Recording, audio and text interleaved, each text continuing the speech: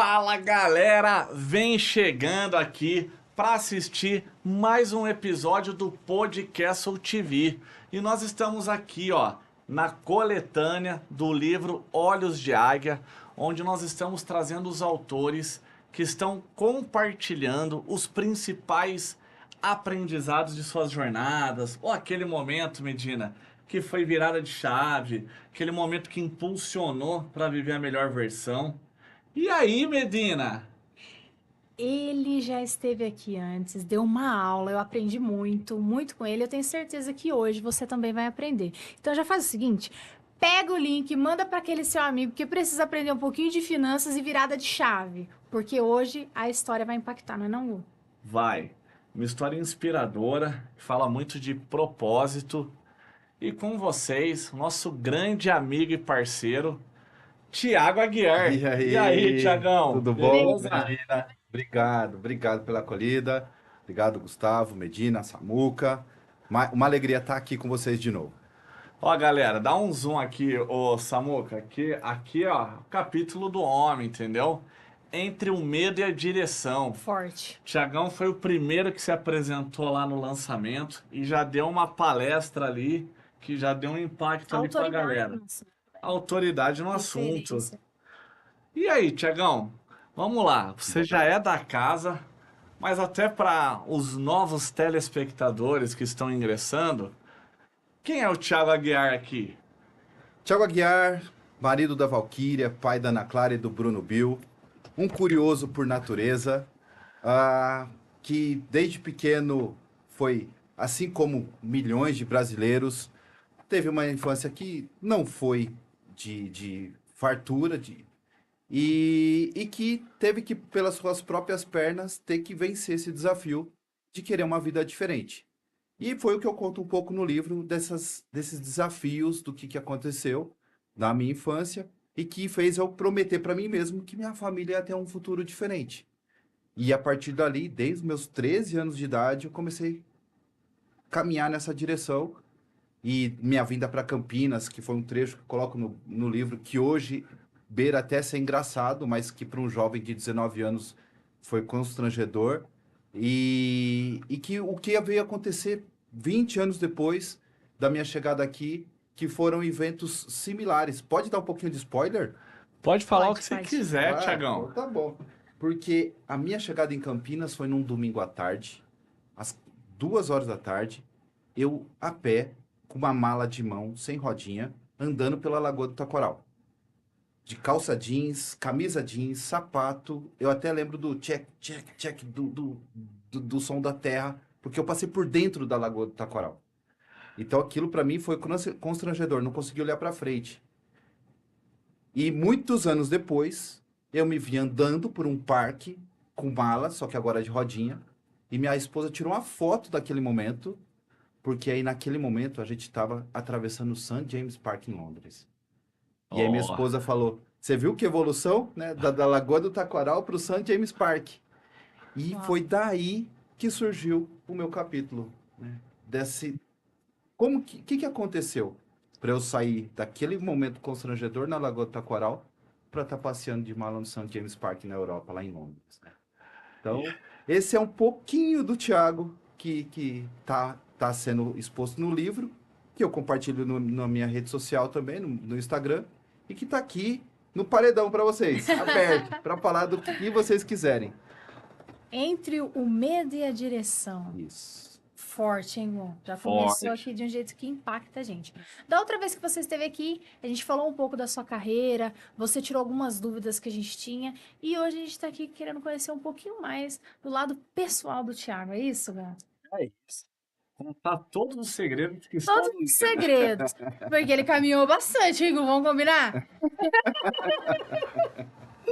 Muito legal, capítulo 35 da editora Newcastle, Olhos de Águia 2. E se você não participou do 2, vem aí o volume 3, Gu? Já essa coletânea com chave de ouro e a ideia é juntar até 100 histórias Histórias reais, histórias de pessoas que reais. passaram pelo processo e conseguiram grandes resultados. Vamos para o nosso próximo episódio. E aí, Thiago? Como que tá sendo? Até porque quando eu comecei a ver quem estava participando do livro, eu participei do lançamento do Olhos de Águia 1 e eu vi ali que realmente era um público selecionado, com histórias sensacionais. A responsabilidade de entregar alguma coisa que fizesse sentido e fosse compatível com o que estava sendo entregue ali foi muito grande. Então, eu realmente parei tudo e falei, vamos focar aqui em fazer algo que realmente faça sentido e que consiga acompanhar, porque as histórias que eu ouvi, o livro, a gente está fazendo em casa é exatamente como foi sugerido, de fazer todo dia um capítulo, né?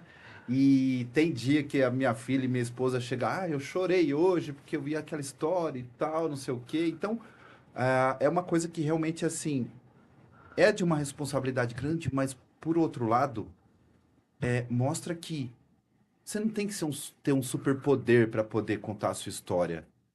Você tem que ter a disposição de fazer isso. E a história de todo mundo conta. Eu acho que a história de todas as pessoas pode nos trazer uma sementinha, pode nos trazer algo que seja, vamos dizer assim, que possa impactar nossas vidas. Então, incentivo quem está assistindo aí que realmente considere contar a sua história. Foi o que eu falei no dia na apresentação. A gente está precisando de mais contação de história e menos ostentação nas redes sociais. Boa. Sim. Então, se você acha que você não tem uma grande história, pode ter certeza. Tem alguém que está precisando ouvir ela. Com certeza. A gente vê o pessoal agora, né, adoecendo muito por comparação, porque a história que tá lá no Instagram, muitas vezes não é a história contada daquele cara que começou lá atrás. A gente vê o resultado final, que é o que eu sempre falo, na Copa do Mundo vai ter uma foto final lá de alguém segurando a taça. Mas é só aquele momento que a gente vê. Todo o processo de treinamento, todos os bastidores, nós não vemos. Então fica aquele time campeão, é aquilo que a gente vê. E o retrato do Instagram é a foto final. Exato. Mas a gente não sabe o processo. Como que foi para você voltar lá naquele jovenzinho, com vergonha, tímido, para retratar esse momento, histórias que você viveu? Como que foi essa volta no tempo? Foi um momento que eu digo que eu estava precisando reviver. Porque às vezes a gente, no nossa rotina, no dia a dia, no, no, no processo mesmo que a gente fala, entra no modo zumbi e só vai, às vezes parece que tem algumas coisas que a gente viveu e que são impactantes na nossa vida que vai ficando adormecido ali. Então, parar para reviver tudo isso, para mim, foi realmente um processo terapêutico, Olha que né? legal. E assim, ali o checkpoint ali do livro foi um momento, mas teve acontecimentos antes, que eu também falo no livro, que me fez fazer promessas silenciosas para mim mesmo e ter esse momento de reflexão para escrever o capítulo me ajudou muito a fortalecer aquelas promessas, para poder fazer aquele ajuste de rota que é necessário de tempos em tempos. Porque a gente tem um propósito, está seguindo uma direção, tem aqueles valores que você constrói, que você adquire, que se apropria deles, e que quando de repente você cai na rotina ali, cai no modo zumbi, parece que sem querer você vai desviando daquilo. Então, fazer esse momento de parada, de reflexão e retomar aquele caminho, para mim foi muito importante. Então, para mim foi uma jornada de muito crescimento pessoal e profissional.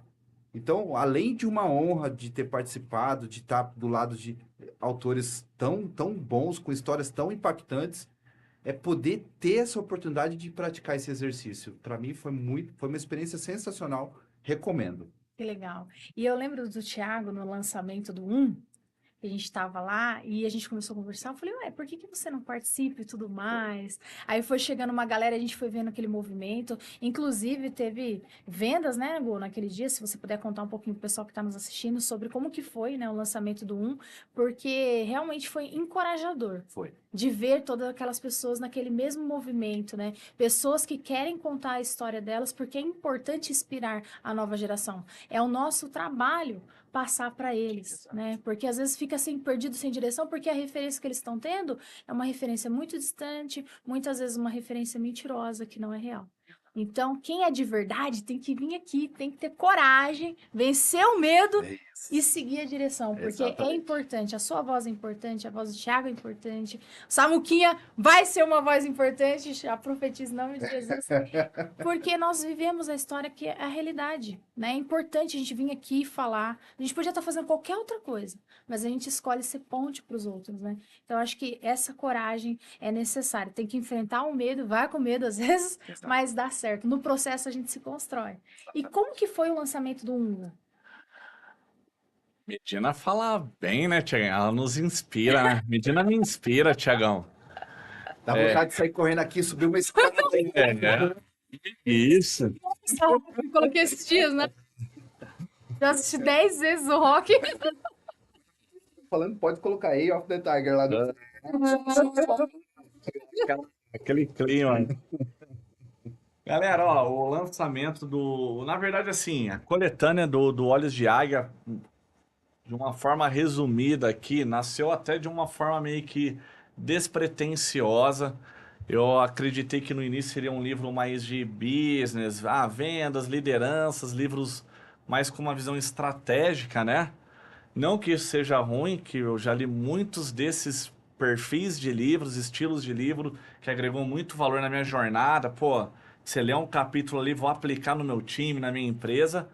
Mas, positivamente, o Olhos de Águia me surpreendeu demais, porque ali eu vi que as pessoas, os autores do livro, um foi muito bom e o dois ficou melhor ainda, porque as pessoas elas compartilharam suas histórias pessoais. Então aqui você encontra superação de medos, alguns momentos de vulnerabilidade do autor, outros momentos de incerteza, que não sabia o resultado daquilo, mas a esperança era a fé no invisível, que o autor enxergava ali internamente, mas o mundo falava o contrário. A história do Cristiano, poxa, Franco, Do Forte. Chris que Franco. perdeu o avião e foi E a salvação da vida dele. Exatamente. perdeu o voo, foi a salvação da vida 5 dele. minutos. Foi? E o Chris esteve aqui ontem, Tiagão, e contou o quanto que aquilo. Olha que engraçado. O quanto que aquele momento impactou de uma tal forma que existe o antes e o depois daquele dia, do dia 17 de julho. Que ontem ele falou muito desse dia de Sim. 2007. 17/7 de 2007. Uau. E é sobre isso, o livro é sobre isso. O Olhos de Águia 1, Tiagão, segundo a leitura, foi o livro mais vendido em Campinas no ano de 2025, Legal. em um evento de lançamento. Então, lá no dia nós vendemos 620 exemplares, fora os livros que foram entregues para os autores. Então, só no dia ali foram mais de 1.500 livros. Legal. Já o Olhos de Águia 2, até já trazendo essa informação aqui, nós saímos com uma tiragem de 3.000 exemplares. Aqui comigo eu tenho exatamente, Tiagão, acredito que 72 ou 73 livros. Uau. Ou seja, 2.900 e pouco tá por aí, entendeu? Que Em legal. mãos de pessoas, então já tô recebendo muito feedback desse livro. Porque é isso, né, Medina? São histórias Recebendo essa inspiradoras. informação, como que você fica sabendo que fez parte dessa história? A única palavra que me veio na cabeça quando falou do total de vendas são sementes sendo, vamos dizer assim, jogadas, né, para ser, porque são várias sementes ali de muita coisa boa.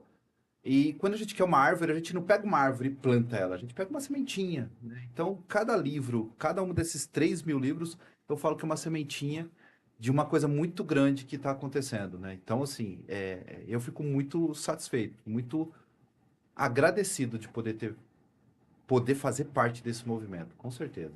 Você disse que naquele momento lá atrás você fez promessas silenciosas. Sim. Em algum momento você se viu escritor? Escrevendo um livro, um capítulo? Eu tive uma promessa desse tipo e foi engraçado porque tava ali por volta dos meus 18 anos e eu conheci aquela frase, né, que a missão do homem é cultivar plantar uma árvore, ter um filho e escrever um livro. Então, a partir daquele momento, eu fiz um cheque ali, porque naquele momento eu estava plantando árvores. Eu fiz curso no sul de Minas, técnico agrícola lá, Machado, e a gente estava participando de um projeto de reflorestamento de um parque. Então, a gente plantou mais de 1.000 árvores naquele Nossa. projeto, né? Não só eu, né? Sim. Mas, naquele momento, eu falei, bom, estou plantando uma árvore. Agora eu vou correr atrás para completar a missão, né? E aí veio o casamento, veio a filha, aí veio... Eu falei, agora tá faltando o livro, né? Então... E aí eu comecei a caminhar nessa direção. Então, de certa forma, sim, sempre foi um objetivo para mim. E é o terceiro livro, Tiagão? É o terceiro, considerando livro adulto, sim, e tem já uma série de livros infantis que fala sobre educação financeira, livro para jovens ali a partir de 7 anos até uns 12, e livros para menores de 6 anos também, com a leitura compartilhada com os pais, falando sempre de educação financeira, ou dessas questões que envolvem muito a relação do dinheiro. Até porque evoluindo a conversa um pouco em relação à minha última visita aqui, muito da questão financeira que eu tenho trabalhado hoje nas consultas que eu faço, acaba sendo muito mais sobre emoção do que sobre dinheiro de fato. Então, eu venho fazendo, de certa forma, não substituo terapia, não substituo psicólogo, psiquiatra, mas o trabalho que eu faço não deixa de ser terapêutico nesse sentido, né? Porque muitas vezes a desorganização financeira é só um sintoma, um reflexo de algo interno que está acontecendo. Então, às vezes, a gente tem que dar uns passinhos para trás para poder entender o que está acontecendo de fato, para arrumar a casinha, para depois a gente poder organizar as finanças também. Então, foi uma coisa que foi natural que foi acontecendo e que hoje acaba sendo o meu principal trabalho nessa direção, em relação a ajudar as pessoas nessa tomada de decisão, nesse ajuste, nesse reencontro consigo mesmo, de equilíbrio, para aí sim a gente avançar para as finanças e aí avançar para os investimentos e para a vida próspera. Então, é uma cadeia que está se construindo. Mas é natural, tem sido natural. Não é uma coisa que é forçada e que parece que se não for por esse caminho, não vai dar certo. É porque várias vezes, da outra vez eu falei isso, muitas vezes eu tive que parar reuniões de consultoria de investimentos porque a pessoa não tinha um propósito, não tinha um objetivo bem claro sobre o que ela queria. Então, naturalmente, eu vim trabalhando nessa área, desenvolver através do nosso grande mestre Cássio, acabei me desenvolvendo também na área da programação neurolinguística, que é uma coisa que eu gosto muito. Fiz formação em gestão de recursos humanos, então essa parte do desenvolvimento pessoal sempre teve comigo. Então, eu coloquei o humano antes das cifras, e esse é um resultado que tem dado muito certo, né? Tem tido excelentes feedbacks. Olha que legal, Val. Cássio sempre trazendo as pérolas, né? Não, Cássio é lenda. Cássio Corazari. Mestre Cássio. Mestre. Um abraço para você, mestre. Ô, Tiagão, isso daqui que você falou é importante. Por exemplo, a gente acabou de fazer um podcast aqui com a Paty. A Paty é proprietária da FlyUp, intercâmbio e tal, nossa parceira, autora do livro. E ela falou que por muitos anos ela ficou muito presa a uma crença limitante pelo meio que ela cresceu na parte das finanças, né? Então, tipo, nascer assim, é o que todos falam da música da Gabriela. Nascer assim, crescer assim, vou morrer assim. E aí, você trouxe uma visão que eu gostei agora, porque não é só a parte... Antes de iniciar com a técnica, ou com o planejamento, com a estratégia, tem que romper o interno, assim, né? Aquilo que... A mentalidade de escassez, ou a... Por exemplo, eu vejo muita gente nos tempos atuais, eu faço algumas palestras aí em eventos corporativos, e as pessoas vêm toda vez falar comigo que tá com medo do Brasil. Falei, cara, o Brasil é uma bomba que é uma bomba mesmo. Mas assim, você não pode ter o medo, não pode te aprisionar. Lógico que assim, medo tem que te trazer cautela, tal. Como que é para você lidar com essa parte? Porque você falou, você não substitui os profissionais da área, mas eu gostei do que você trouxe agora porque é uma visão real mesmo. Antes de entrar com a estratégia, pô, tem que curar a raiz ali, né? Exato. Primeiro que, se for pensar em Brasil e crise, a gente faz 500 anos que a gente está nesse processo, né? Pô, Então, não pode ser essa a muleta que vai te impedir de dar o próximo passo. É o que eu falo no livro, inclusive, né? Que não é sobre a tempestade que chega até a gente.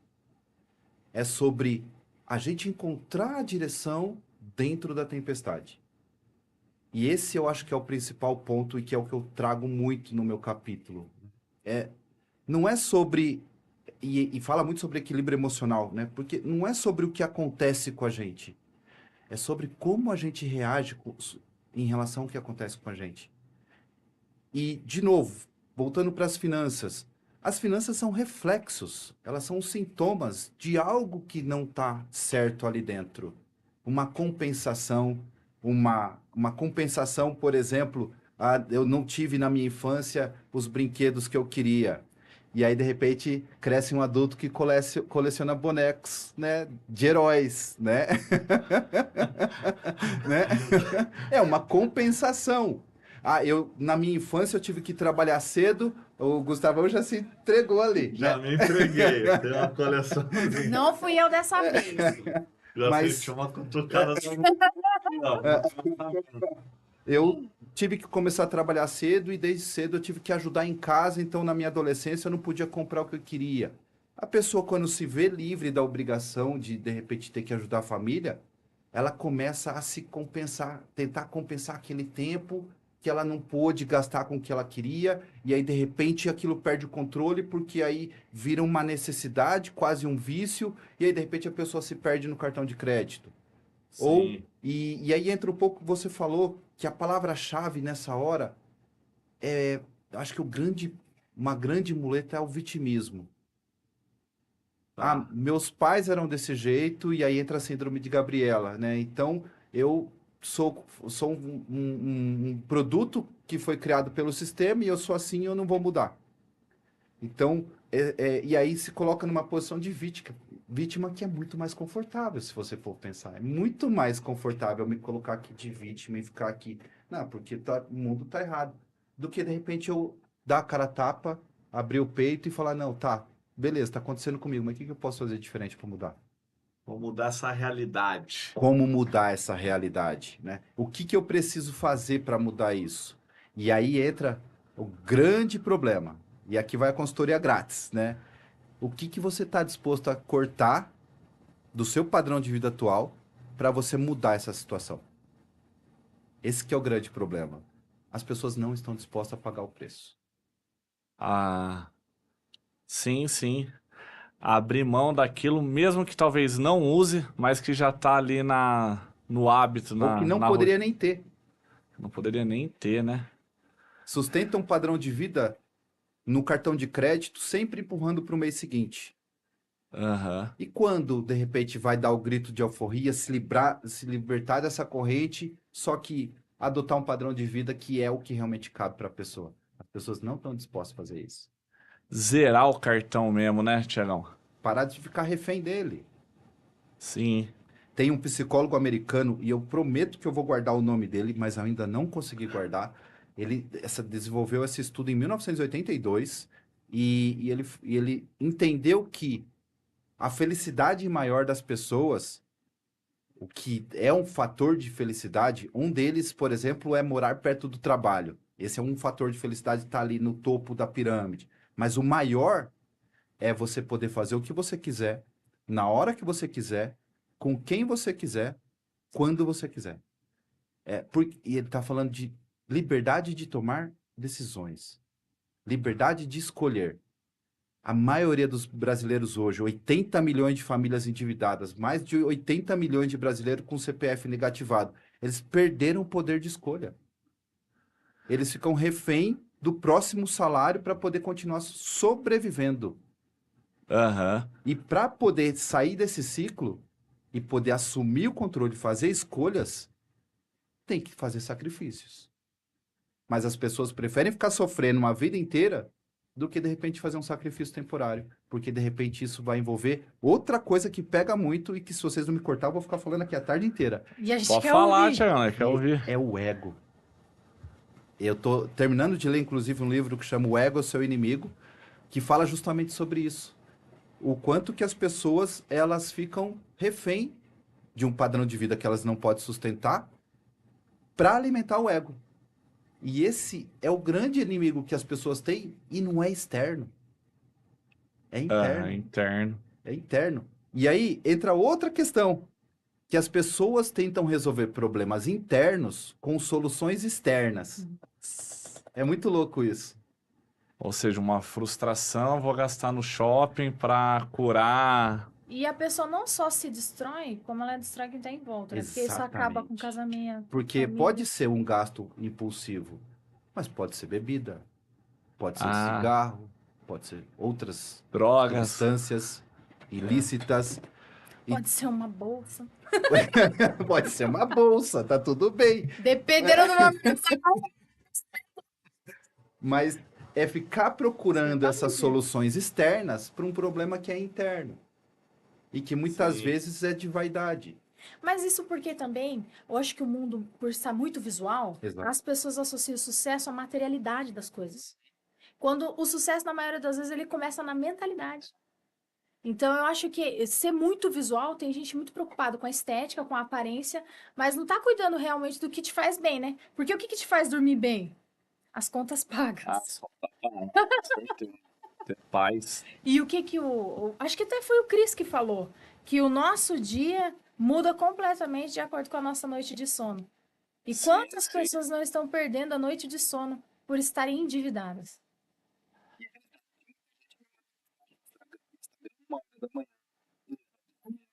Ah, é, Tiagão? Eu vejo, o Tiagão tem uns conteúdo top lá, hein? Virou Top, certo, galera.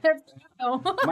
Mas Top. é para poder conseguir dormir, eu falo. A pessoa, a partir Olha. do momento que ela manda mensagem para uma pessoa que trabalha com educação financeira, ela meio que está passando a mensagem para ela mesma. Pronto, já fiz alguma coisa, agora eu posso dormir. Amanhã eu resolvo isso quando ele me responder. Então, muitas vezes acaba sendo a primeiro pílula do passo. sono. A pílula do sono, porque enquanto tá lá ruminando aqueles problemas, não consegue dormir. Aí vai, pega, abre o Instagram e fica rolando.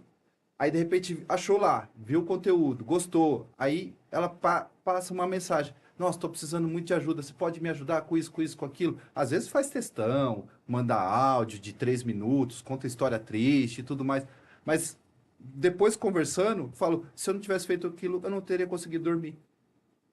Porque a pessoa teve a sensação de que agora estou fazendo algo. Então agora o cérebro dá uma acalmada, eu posso dormir. Só que amanhã, se não fez nada, o que acontece? O cérebro vai lá e aí, vamos resolver isso? E se ele não bater, o boleto bate. Né? A gente tem, não falei do meu currículo, mas eu estou concluindo uma pós-graduação em neurociência, né? E ele fala do córtex como uma ferramenta de solução de problemas. Então, diariamente, quando você põe a cabeça no travesseiro, ele vai lá listar todos os problemas que está pendente. Se você não conversar com o seu cérebro, não negociar com ele, que amanhã você resolve isso, ele vai ficar ali te importunando. Aí vem a insônia. Se você negocia com ele, amigão, agora eu não posso fazer nada. Mas, ó, tô tomando nota aqui disso, pra gente resolver amanhã, beleza? Beleza. Ele vai te deixar em paz pra você poder dormir. Só que amanhã, se você não fizer nada, quando você põe a cabeça no travesseiro pra dormir, e aí, amigão, tem essa lista aqui pra resolver. E aí, o que você fez? E vai passando, dia após dia. Enquanto não resolver, ele não vai sossegar. Porque a função natural do neocórtex é esse, é resolver problemas. É. Gustavo, como é que tá suas noites de sono?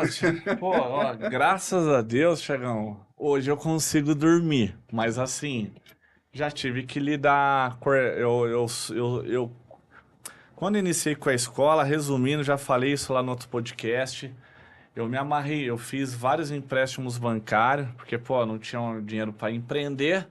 Surgiu a oportunidade, eu falei, ó, é Deus, vamos abraçar. E eu vi que na época, como eu tinha muito dos empréstimos bancários, eu comecei a viver uma vida no cartão de crédito. Tá, vou comprar uma bala, passa no crédito. Eu tinha no débito, mas passa no crédito. Às vezes também não tinha no... O que que foi a armadilha do cartão de crédito para mim? Hoje, graças a Deus, eu tô curado disso. Eu tenho R$ 2 aqui para comprar uma garrafinha de A2. Hoje é 8, né, Tiagão? Hoje é 8. Indo, dependendo 8 do lugar. pagando barato, Sim. Para passar no débito. Ela comprava garrafinha de água no crédito. Aí, como acontece com a maioria das pessoas, você acha, gastei milão no cartão. Você vai ver a fatura, vem 5, entendeu? E você fala, onde eu gastei esses 5? Tá lá. Exato. Aí você fala, caraca, 90% com coisas, desculpa o palavreado, fúteis e idiotas, entendeu? Que se você não tem a grana no débito, você não gasta, entendeu? É.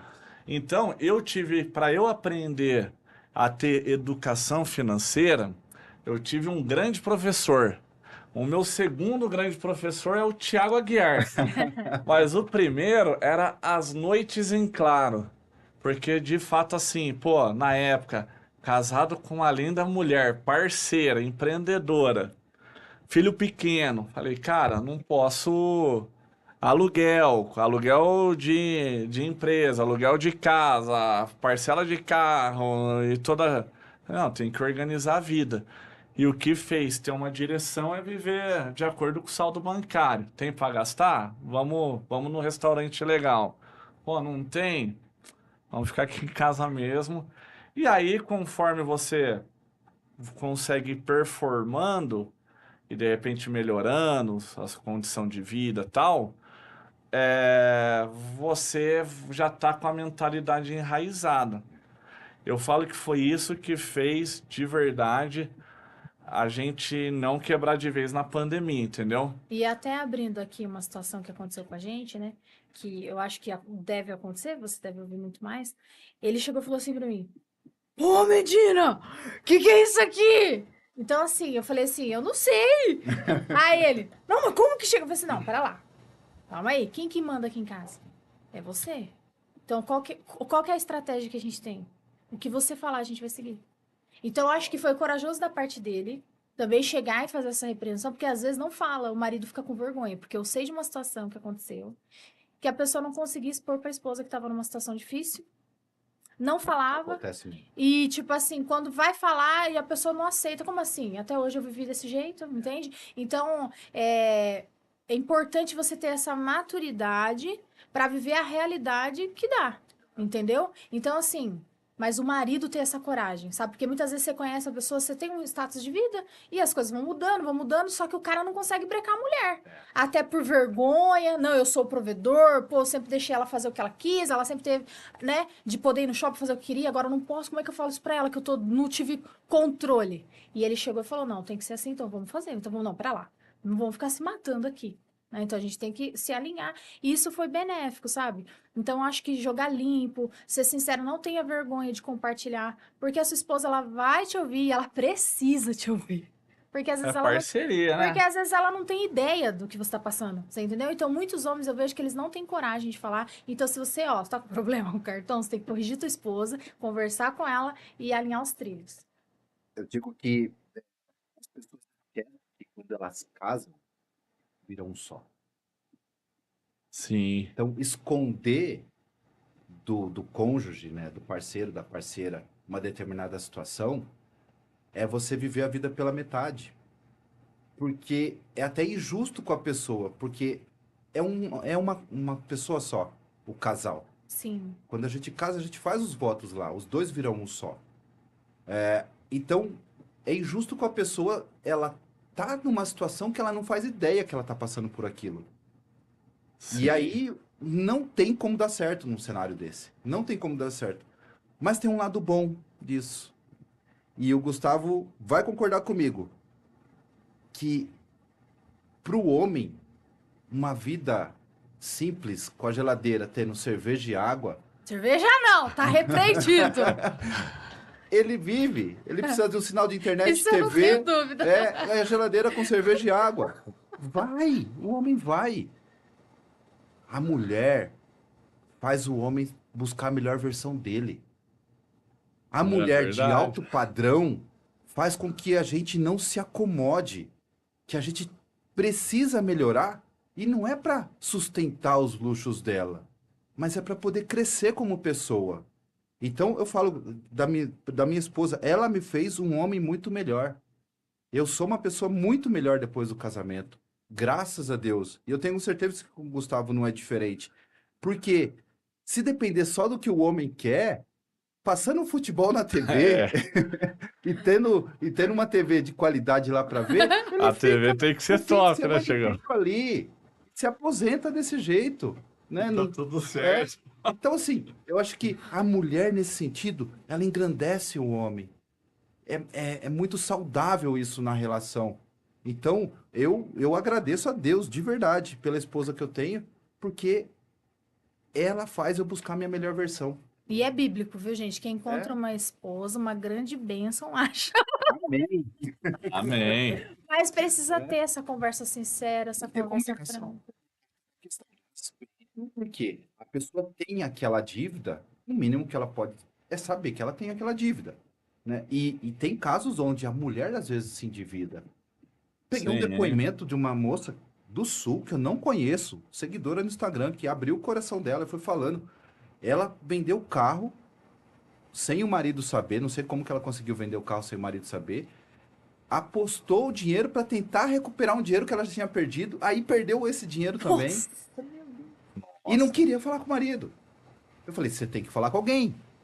Aí eu consegui convencer ela a conversar com a mãe.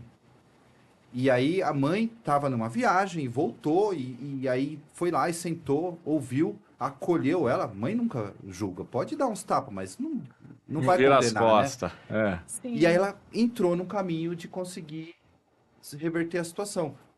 Mas são coisas que acontecem no Brasil e que a gente não faz ideia. Porque às vezes a gente tem a falsa sensação de que, por exemplo, sei lá, ele quer fazer alguma coisa lá com os amigos dele e eu tô sozinha, eu tô brava.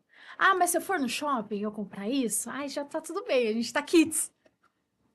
Só que o fato é que quantas vezes, assim, ó, o meu desejo era só o sim dele, já quando você fala assim, não, eu quero tal coisa. Mas na verdade eu não quero, entendeu? Era só ele falar, é só ele confiar em mim e falar assim, Aí pode perde a ir. graça, né? Aí você vai lá, também não quero. Não é uma coisa muito de cabeça mesmo, Sim. da mente. Às vezes não é exatamente a coisa que você quer, entende? Então, eu percebo isso, né? Não sei, as outras pessoas falam por mim. Daí ele fala assim, não, Bedina, beleza, vai lá então. Aí eu chego lá, não era isso que eu queria. Por que ele falou assim tão rápido? Né? Então, assim, às vezes não é isso que a gente E aí quer. o inverte com Tipo assim, é uma coisa de sentimento. Às vezes aquela compra que você vai fazer nem vai fazer diferença. Você fala, pra que eu comprei isso? Você comprou por emoção. Você foi lá, você achou que aquilo ia compensar alguma coisa. E não é bem assim, né? de caráter. Tem que responder 3 perguntas. Nenhuma pode ser não. Aliás, todas têm que ser não. Se tiver um sim, não compra. É assim. Eu posso comprar isso? Se for sim, ok. Se for não, esquece. Eu preciso comprar isso? De novo. Se for sim, ok. Se for não, esquece, né? Eu quero, eu posso e eu preciso. Se eu quero, se eu posso, se eu preciso, beleza, vai lá e compra. Mas se uma dessas 3 for não, esquece. Então, a pessoa tem que. Algumas tem que ter, É que, na tatuar. verdade, a Tem que gente ter não no se celular. pergunta. Mas aí A que gente tá. só afirma uma frase. Eu mereço. Esquece o eu mereço. Esquece o eu mereço e troca O eu mereço é armadilha. Cara. O eu mereço, a gente falou disso da outra vez, né? É o diálogo interno mais dito no mundo, né?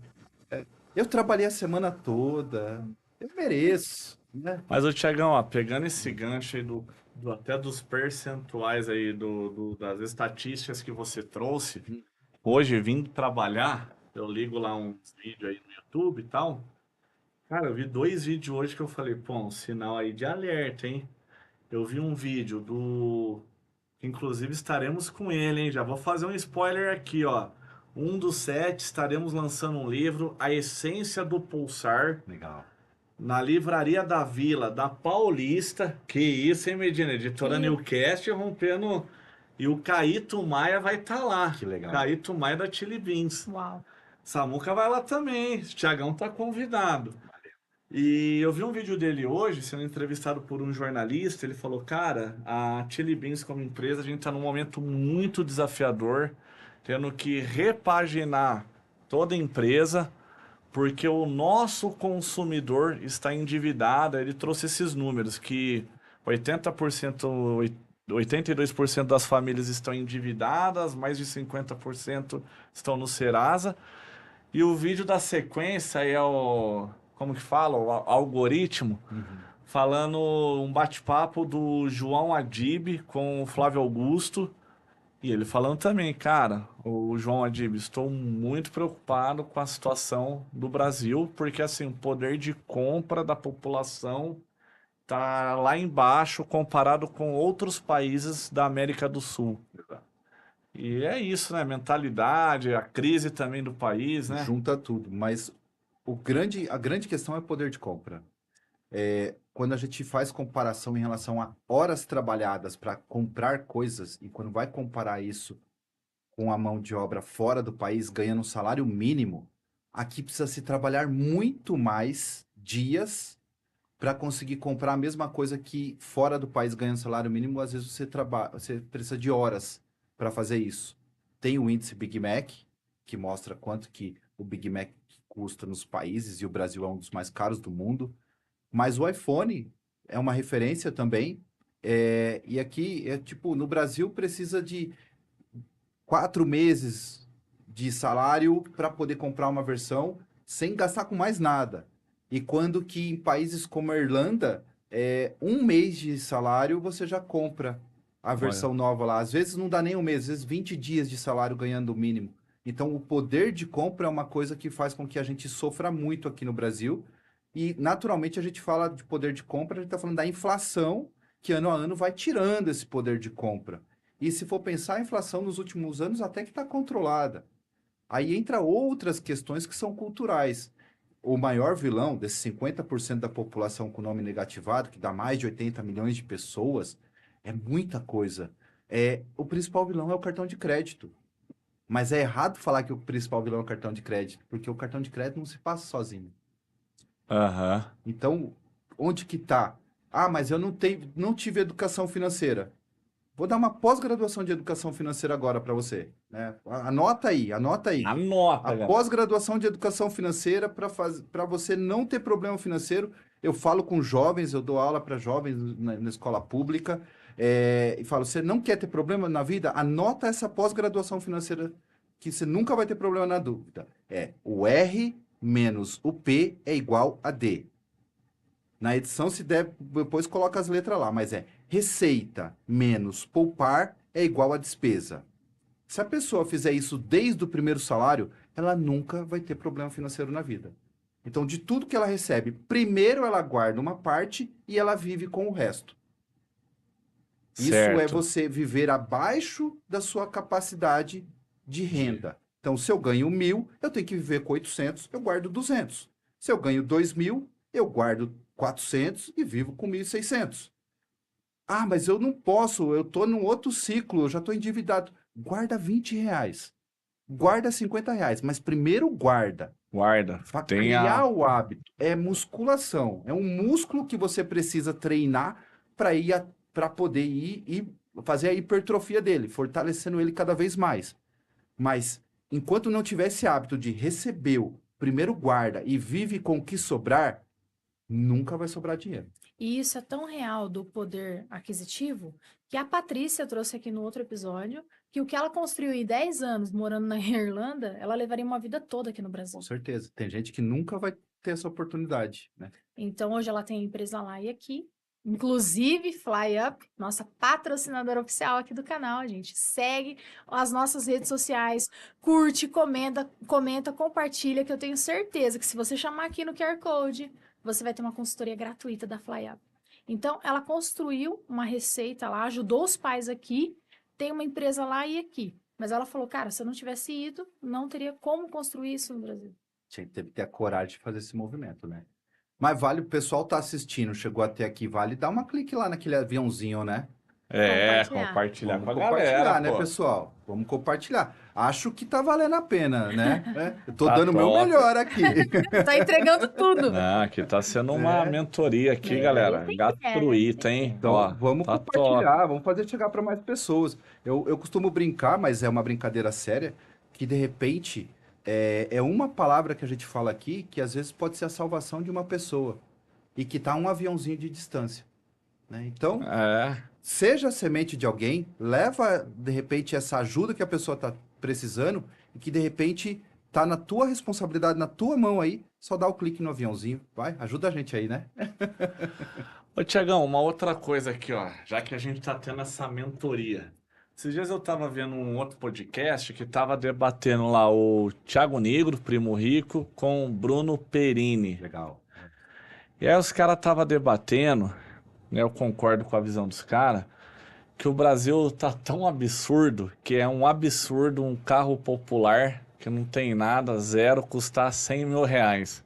Que assim, que nos outros países do mundo, nunca um carro popular, chamado de popular, vai custar 100 mil reais, a partir na casa dos 100 mil reais. Que não, que os carros, valor de 100 mil com a moeda dos países lá que recebem, vivem Sim. naquela moeda, já não são populares, já estão acima dos populares.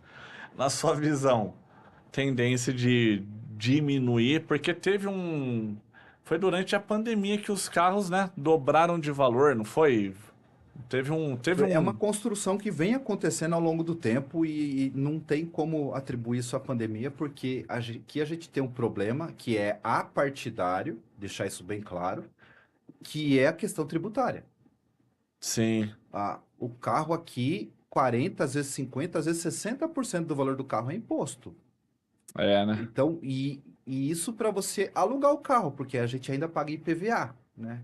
Sim, E a gente sim, ainda paga pedágio para poder andar em estrada boa, aqui na região de Campinas, onde a gente mora, né? Então, a gente tem vários impostos, várias tarifas que encarece muito ter um carro no Brasil.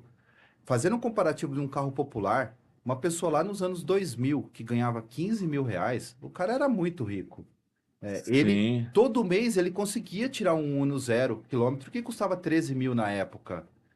Esse mesmo carro hoje, que custa 100 mil, a pessoa tem que ganhar mais de 100 mil reais por mês para conseguir comprar um carro zero todo mês. Isso mostra como que não é só questão de ganhar bem. Isso mostra como que realmente encareceu muito as coisas aqui no Brasil. A gente perdeu muito o poder de compra. Um empresário, vocês têm folha de pagamento, vocês sabem quanto custa um empregado. Que sim, se ao invés de pegar tudo isso que é direcionado para os recolhimentos obrigatórios, para os impostos, colocasse isso na mão do empregado, ele ia sim, ter um aumento de poder de compra significativo. sim, Então, só que aqui a solução no Brasil não é vamos cortar impostos, vamos aumentar o crédito. Teve recentemente uma campanha para motorista de aplicativo comprar carro financiado. Só que o carro financiado, além de você estar pagando 50, 60% de imposto lá nele, ainda tem os juros bancários, que aqui é um absurdo de alto comparado com o país desenvolvido, né? E aí junta o encargo da folha trabalhista, os impostos que paga, as taxas que a gente paga para ter o patrimônio. O que sobra de dinheiro de fato para as pessoas? Uma pessoa que ganha 10 mil reais teria na economia 17 mil reais para ele movimentar, considerando os impostos que o patrão recolhe. E sim, aí, sim, o patrão paga 17, sobra 10 para o funcionário. Desses 10 tem os descontos obrigatórios, já sobra 8. Desses sim, 8, 50% é imposto sobre consumo, já sobrou 4.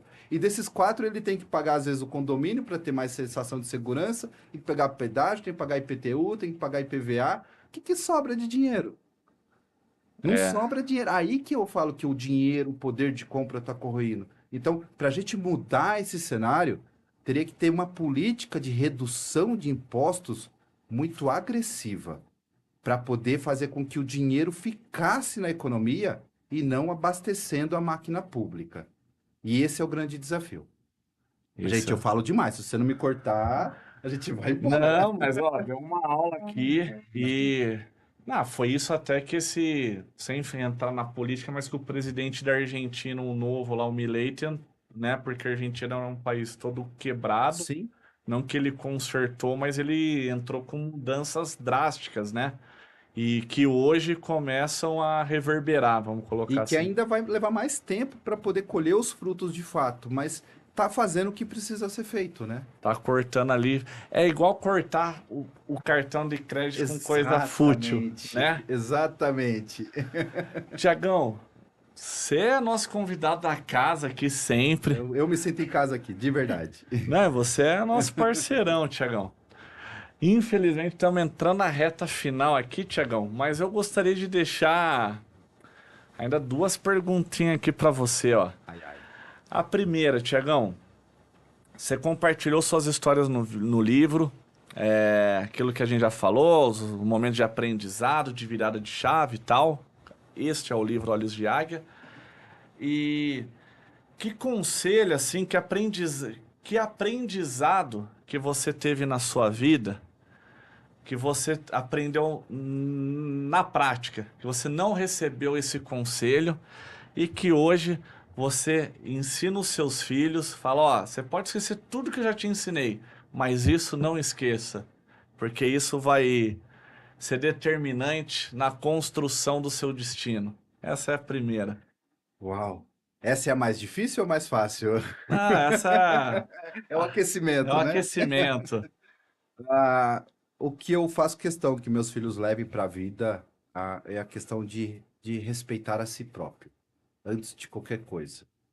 Então, a gente tenta transmitir os valores, somos cristãos, então a gente leva o amor acima de tudo, o respeito às pessoas, porque eu acho que falta um pouco disso, né? A gente vive numa sociedade muito egoísta, no sentido literal da palavra. Então, a partir do momento que elas têm amor próprio, respeita a si mesmo, se conhece e não precisa se sujeitar ao que a sociedade impõe para poder ser aceito, elas vão ser muito mais felizes. Então, isso, meus filhos, eu vejo caminhando nessa direção e eu me sinto muito satisfeito de saber que eles seguem nessa direção. Eu me sinto realizado como pai. Forte, hein, Medina? E a segunda, Tiagão? Lá Aí vem. é aquele corte, aquela coisa pra onde Samuca vai fazer o movimento Alguma aqui. coisa tem que salvar nessa muca, né? É, Samuca, hein? Não, mas Tiagão, ó, em primeiro lugar, ó, quero te agradecer, tá? De Obrigado. coração, você é nosso Coração. parceiro. Obrigada. Agradecer de você vir aqui nos podcasts, das lives que a gente fez no Boa. Instagram, de você ter Benção. entrado no livro. Uhum. Mas é parceiro, Tamo Tiagão. junto, tamo junto. E mais coisas que vem pela frente ainda. Com E certeza. mais coisa vai vir pela frente. Inclusive, ó, já tô abrindo até um adendo aqui, mas a segunda seria você deixar uma mensagem aqui pra galera. E a terceira, você trouxe os outros livros, os projetos que você tem aí, não tem? Tem, trouxe. Faz a sua mensagem, a gente corta aqui pra Medina e aí você mostra pra galera, pode ser? Pode ser, pode ser. Então fechou, mas agora a mensagem do seu coração aí, Tiagão. Dessa vez vocês não me pegaram de surpresa, não. Tá no bolso de fora ali. Mas você pega já. Não, é no do meio. Não, é, pô. Talvez. Então, já. Tá, pode, pode. Tô em casa, tô em casa. Mas a mensagem que eu trouxe hoje é assim: talvez você não tenha escolhido as tempestades que chegaram na tua vida. Talvez você não tenha escolhido as batalhas que você enfrentou, as dores que você suporta, né? Os problemas que você vive no dia a dia. Mas tem uma coisa que você ainda pode escolher, que é o como você reage a tudo isso. Então, o meu recado, a minha mensagem para você não é sobre o que acontece com você, mas é sobre como você reage ao que acontece com você. Porque mais importante do que sobreviver a uma tempestade é você conseguir respirar e encontrar uma direção dentro dela. Isso, Top, hein, Medina? Que isso, hein? sensacional. Top demais, Tiagão. Cara, É fera, né? adultos, professor, né? Professor. Sábio, sábio. E aí, Medina, e o seu recado aqui pra galera? Alex, se você chegou até aqui, curte, comenta, compartilha, segue as nossas redes sociais, deixa o seu like e não esquece de garantir o seu desconto na Newcastle Idiomas. E agora eu vou deixar com vocês esse fechamento com o nosso querido professor aqui, que nos ensinou muito. E por gratidão, dá um toquinho aí no coraçãozinho, por favor. Por favor, gente, por favor. Meu projeto eu já trouxe aqui da outra vez, eu mostrei para vocês. Meu primeiro livro, meu bebezinho é o Sorria, Você Está Sendo Provocado. O meu segundo livro fala sobre organização financeira, chama Além do Dinheiro, conecta com tudo isso que a gente está falando, tudo que a gente precisa trabalhar antes de falar sobre dinheiro, então como desvendar os segredos da organização financeira, fiz com muito carinho aqui. Não é um livro teórico, conceitual, é para ser prático e trazer realmente insights. Meu projeto novo, que ainda é totalmente independente, nem lançamos oficial, mas já tem disponível tanto o e-book quanto o livro físico. É um projeto de educação financeira para crianças. Então, eu criei um personagem aqui que fala sobre educação financeira para crianças de uma forma muito lúdica e tem já uma coleção, já tem uma trilogia dele, já tem sequência de história. Esse aqui é para crianças até de 7 a 12 anos, mas tem muito marmanjo lendo o livro e falando que foi necessário as lições que ele traz aqui, que é um pouco disso tudo que a gente falou também.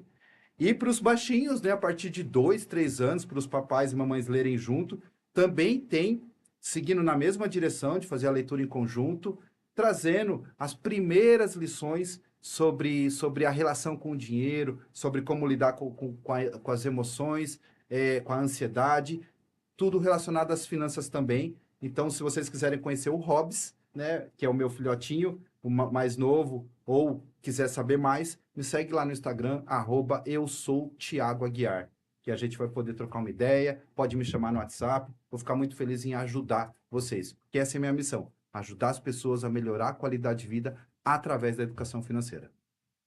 E eu encerro por aqui, eu acho, né? É isso aí. Até a próxima. Valeu, valeu, valeu. Tiagão, top